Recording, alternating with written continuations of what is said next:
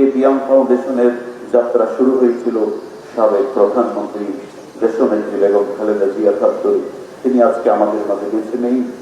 আমরা অত্যন্ত শ্রদ্ধার সাথে তাকে স্মরণ করছি। আল্লাহ বেগম খালেদা জিয়া রূহের পরে তুমি হাদিয়া পৌঁছায় দাও, তাদের খবর তুমি রওজাত বেজিয়া জান্নাত বানিয়ে দাও। ওয়াসাল্লাল্লাহু তাআলা আলা খায়রি খালকিহি ওয়া নূরি আরশিহি মুহাম্মাদিন ওয়া আলিহি ওয়া আসহাবিহি আজমাইন বিরহমাতিকা ইয়া আরহামার রাহিমিন।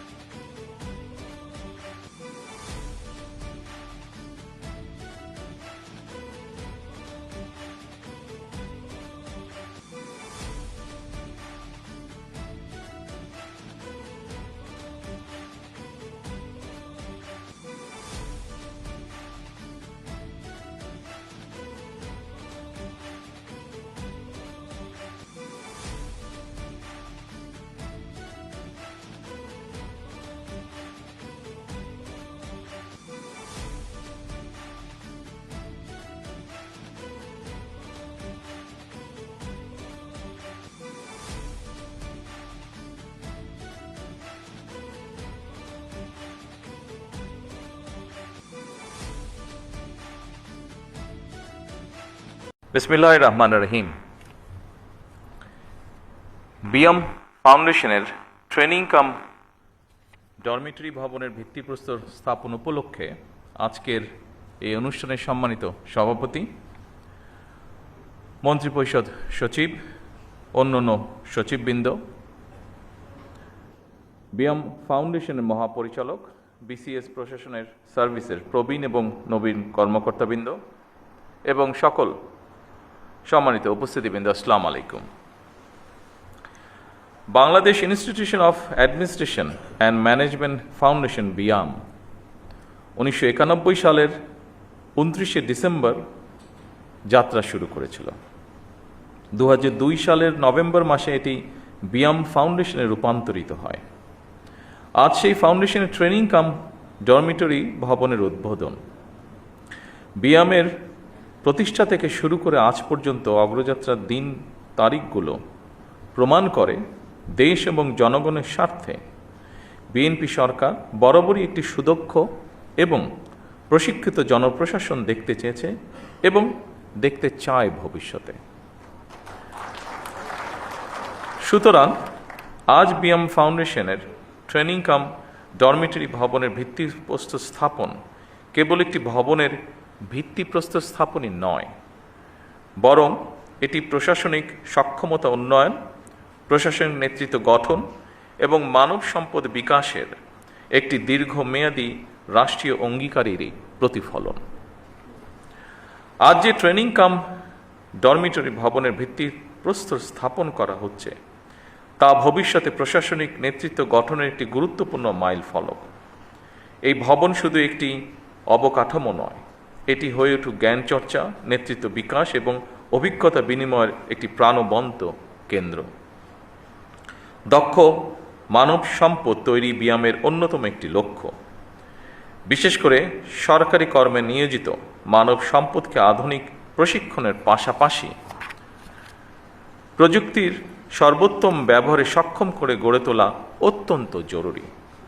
তারই ধারাবাহিকতায় বর্তমান সরকার মেধা নির্ভর, আত্মবিশ্বাসী, সৃজনশীল ও দায়িত্ববান মানব সম্পদ গড়ে তুলতে বদ্ধপরিকর।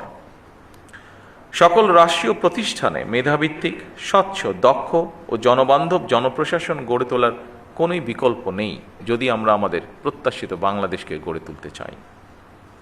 দীর্ঘ 1.5 দশকেরও বেশি সময় পর দেশের স্বাধীনতা প্রিয় গণতান্ত্রিকামী জনগণ নিজেরা সরাসরি ভোট দিয়ে একটি গণতান্ত্রিক সরকারকে নির্বাচিত করেছে।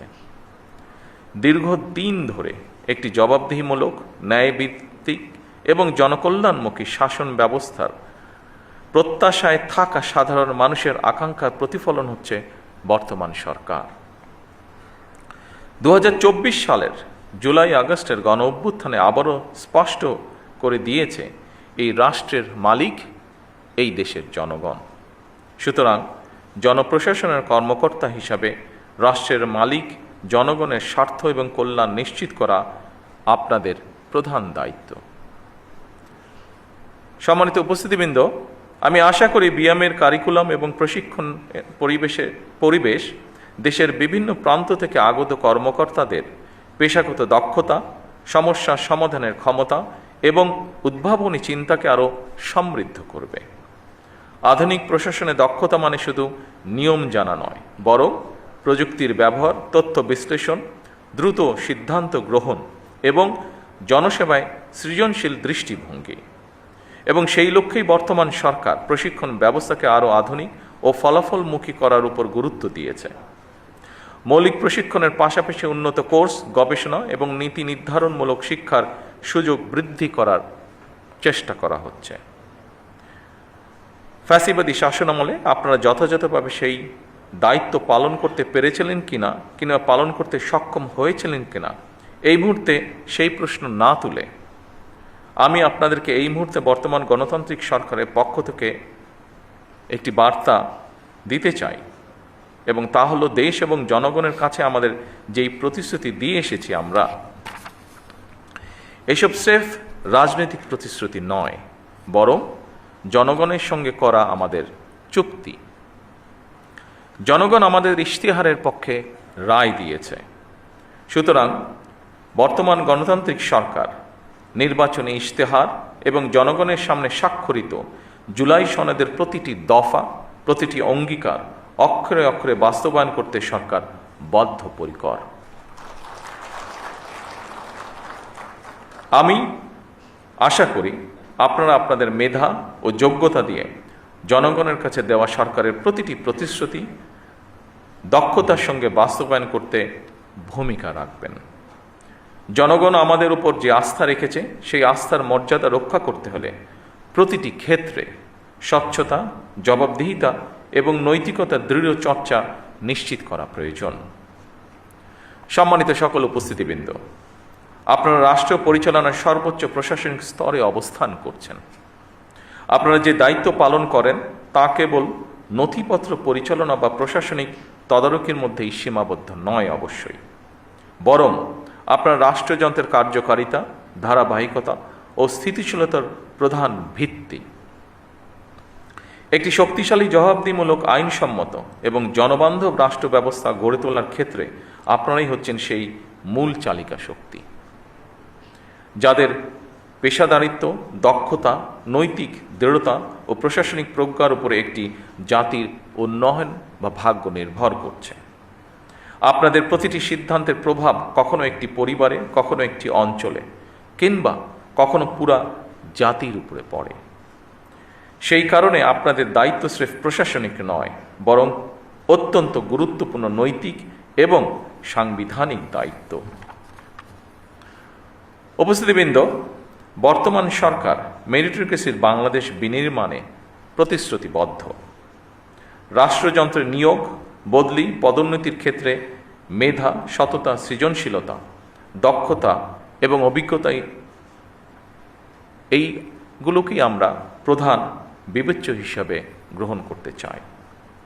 স্বচ্ছতা ও দ্রুততার সাথে শূন্য পদে সরকারি কর্মচারী নিয়োগ, প্রশাসনিক সংস্কার কমিশন গঠন, শক্তিশালী পাবলিক সার্ভিস কমিশন গঠন এবং বেসরকারি সার্ভিস রুল প্রণয়ন সহ সর্বত্র প্রশাসনিক কাঠামোর কার্যকারিতা এবং জবাবদিহিতা নিশ্চিত করতেও সরকার দৃঢ় প্রতিজ্ঞ। সম্মানিত উপস্থিতিবৃন্দ, বিশ্ব এখন আর্টিফিশিয়াল ইন্টেলিজেন্সের যুগে প্রবেশ করেছে। সুতরাং বৈশ্বিক প্রতিযোগিতায় টিকে থাকতে হলে জনপ্রশাসনের কর্মকর্তাদেরকেও সময়ের সঙ্গে মোকাবেলায় নিজেদেরকে প্রস্তুত রাখা অত্যন্ত প্রয়োজন। চতুর্থ শিল্প বিপ্লবের এই যুগে কৃত্রিম বুদ্ধিমত্তা, অটোমেশন এবং ডিজিটাল প্রযুক্তির ব্যবহার আমাদের প্রশাসনকে আরও দক্ষ, স্বচ্ছ এবং জবাবদিহিমূলক করে তুলবে। আমাদের লক্ষ্য ভবিষ্যতে সকল সরকারি সেবা তথ্য প্রযুক্তির মাধ্যমে নাগরিকদের দোরগোড়ায় পৌঁছে দেওয়া। এক্ষেত্রে দক্ষ মানব সম্পদ তৈরিতে বিএমের কার্যক্রমকে আরও শক্তিশালী করতে সরকার বিএমকে আরও যে কোনো প্রয়োজনীয় সহায়তা প্রদানে প্রস্তুত। প্রতিযোগিতামূলক বিশ্ব ব্যবস্থায় ব্যবসা বাণিজ্যের প্রসার এবং সহজীকরণে single window clearance, one stop service প্রতিষ্ঠা এবং সম্পূর্ণ ডিজিটাল কর্মপ্রবাহ তৈরি করে আধুনিক বিশ্বের উপযোগী করে সরকারি কর্ম সম্পাদন ব্যবস্থাকে ঢেলে সাজানো প্রয়োজন। আমাদের উন্নয়ন দৃষ্টিভঙ্গি হতে হবে অন্তর্ভুক্তিমূলক, টেকসই এবং মানবিক। আমরা একটি বাংলাদেশ গড়তে চাই যেখানে উন্নয়নের সফল সমাজের প্রতিটি স্তরে ধীরে ধীরে পৌঁছবে। বৈষম্য কমে আসবে, এক পর্যায়ে ইনশাল্লাহ থাকবে না।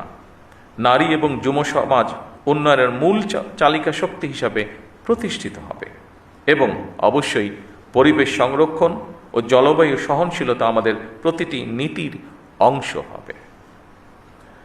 সম্মানিত সকল উপস্থিতিবৃন্দ, আপনারাই নীতি নির্ধারণ এবং নীতি বাস্তবায়নের মধ্যে সেতু বন্ধন। আপনাদের সততা, কর্মদক্ষতা এবং দায়বদ্ধতাই সরকারের সাফল্যের অন্যতম ভিত্তি। আপনাদের প্রতি আমার আহ্বান, নিজেদেরকে শুধু প্রশাসনিক কর্মকর্তা হিসেবে নয়, বরং জনগণের সেবক এবং বন্ধু হিসাবে ভাবুন। সম্মানিত উপস্থিতিবৃন্দ, আমার বক্তব্যে ধৈর্য ধরে শোনার জন্য আপনাদের সকলকে ধন্যবাদ জানাচ্ছি। আল্লাহ হাফেজ। বাংলাদেশ।